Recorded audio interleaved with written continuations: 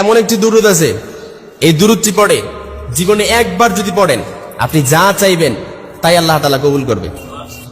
খুশি হয়েছেন মনে হয়? প্রশ্ন কমন পড়ছে নাকি? তবে এই দুরূদের আরেকটি গোপন বৈশিষ্ট্য হচ্ছে, এই দুরূদটি পড়লে আল্লাহ তাআলা আপনার যত রকমের গোপন রোগ আছে সব গোপন রোগ আল্লাহ তাআলা মুক্তি দিয়ে দিবে। সুবহানাল্লাহ বলেন। এই গোপন রোগ অনেকে তো কারো কাছে বলতেও পারি না এই গোপন রোগের কথা, কিন্তু নিজেই ভেতরে ভেতরে রাখি। অনেক সময় দেখা যায় যে হসপিটালে যাওয়ার পরে তো ডাক্তার আপনার পরীক্ষা নিরীক্ষার পরও আপনার রোগ কি নির্ণয় করতে পারছে না, আপনার কি রোগ এটা নির্ণয় করতে পারছে না। এজন্য এই গোপন রোগটাকে এটা আস্তে আস্তে আমরা কি করি, বয়ে বেড়াই, আর এটাই আমাদের ভেতরটাকে জ্বালায় পড়ায় সারকার করে দেয়। It will burn you self inside.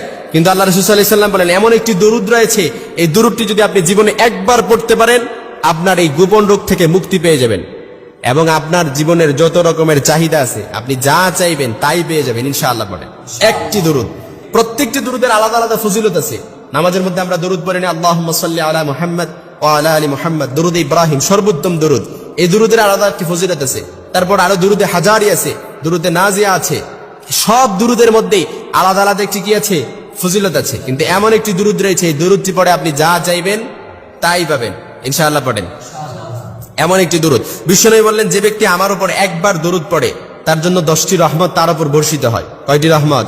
10টি রহমত বর্ষিত হয়, 10টি গুনাহ মাফ করে দেওয়া হয় এবং 10 গুণ মর্যাদা তার বৃদ্ধি করে দেওয়া হয়।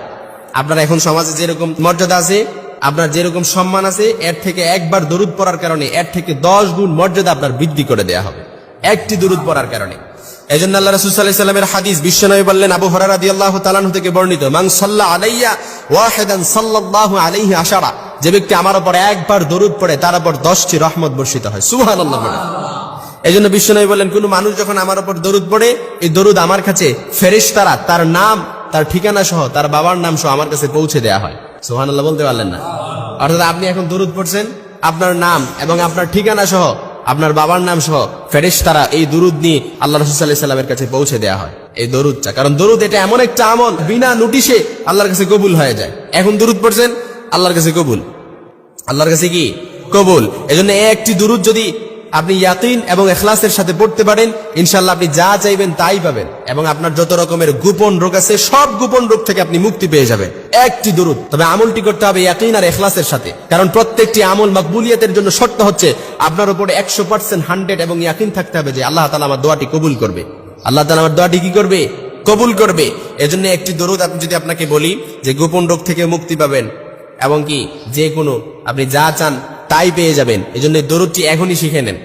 আল্লাহুম্মা সাল্লি আলা মুহাম্মাদিন ওয়া আলা আলি মুহাম্মাদিন বিআদাদি কুল্লি দাই ওয়া দাওয়াই ওয়া বিআদাদি কুল্লি ইল্লাতিন ওয়া শিফা।